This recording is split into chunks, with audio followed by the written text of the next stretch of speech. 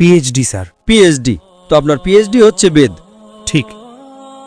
তো যদি আপনি মূর্তি পূজা ছেড়ে দেন এবং আপনার কিতাবে লেখা আছে শেষ পয়গম্বর আসতে চলেছেন, এবং আপনি বেদ পড়বেন এবং পুরাণ পড়বেন, তার মধ্যে অনেক জায়গায় লেখা আছে যে শেষ পয়গম্বর মোহাম্মদ সাল্লাল্লাহু আলাইহি ওয়াসাল্লাম।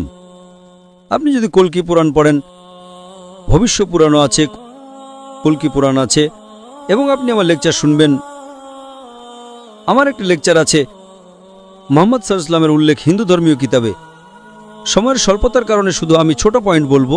আপনি যদি কল্কি পুরাণ পড়েন, অধ্যায় নম্বর 2, শ্লোক নম্বর 5, 7, 11, 15, 17, তাতে লেখা আছে যে এক অবতার আসবেন, শেষ অবতার আসবেন, যার বাবার নাম হলো বিষ্ণু যশ। বিষ্ণু মানে ভগবান, জি। যশ মানে তার বান্দা, তার সার্ভেন্ট, দাস। আরবিতে অনুবাদ করলে হয় আব্দুল্লাহ।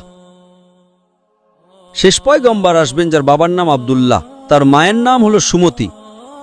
সুমতি সংস্কৃতে মানে আমন, শান্তি। আরবিতে বলবেন আমিনা। মুহাম্মদ সাল্লাল্লাহু আলাইহি ওয়াসাল্লামের মায়ের মান ছিল আমিনা। তিনি জন্মাবেন এক শান্তির শহরে, মক্কায়। সেই শহরের দলের নেতার গোত্রে, কুরাইশ গোত্রে। তার 4 জন ঘনিষ্ঠ বন্ধু থাকবেন। উল্লেখ হচ্ছে খোলাফায়ে রাশেদিনের। এবং মুহাম্মদ সাল্লাল্লাহু আলাইহি ওয়াসাল্লামের উল্লেখ তো অনেক লম্বা, 2 ঘন্টা লেকচার দিতে পারি আমি। ঠিক। তো যদি আপনি নিজের কিতাবকে মানেন, আপনাকে মানতে হবে যে শেষ পয়গম্বর মুহাম্মদ সাল্লাল্লাহু আলাইহি ওয়াসাল্লাম। আপনি কি মানেন যে শেষ পয়গম্বর মুহাম্মদ সাল্লাল্লাহু আলাইহি ওয়াসাল্লাম? স্যার আমি পড়িনি, আমিও শুধু কোনো সঠিকভাবে পড়িনি, তাই আমি জানি না। তো আপনি পড়েননি তো ভুল কার? আমার না আপনার? আমার ভুল। আমি মানছি আমাদের এইখানে অনেক মানুষ আছে যারা আমাদের ধর্ম অনুসরণ করে না। হিন্দুস্তানে যখন আমার লেকচার হয়, জি। তো হিন্দুর জমায়েত এর চেয়ে বড় হয়, 5 লাখ 10 লাখ। 25%, 20% অমুসলিম থাকে, 20% হিন্দু থাকে। তো 10 লাখের 20% কত হলো? 2 লাখ। এটা 2 লাখের তো জমায়েত নয় না, কারণ হিন্দুস্তানিরা আমাকে ভালোবাসে জি। এবং অমুসলিমরাও ভালোবাসে।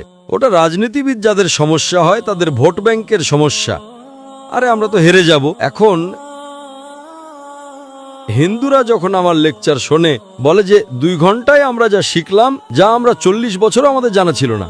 এখন যে আমি হাওয়ালা সূত্র দিলাম, রেফারেন্সের সাথে আপনার কিতাবের হাওয়ালা দিলাম, তো আপনি যদি সত্যবাদী হিন্দু হন, তবে আপনাকে মানতে হবে যে এক ভগবান আছেন, সেই ভগবানের মূর্তি নেই, তার শেষ পয়গম্বর মুহাম্মদ সাল্লাল্লাহু আলাইহি ওয়াসাল্লাম। তা আপনি নিজের কিতাবের উপর আমল করবেন? জি করব। এবং যে জিনিস এক, অন্তত সেটার উপর তো আমল করো। যা সংঘাতটা পরে, আমি জানি, আমি লেকচার দিয়েছি, এতে লেখা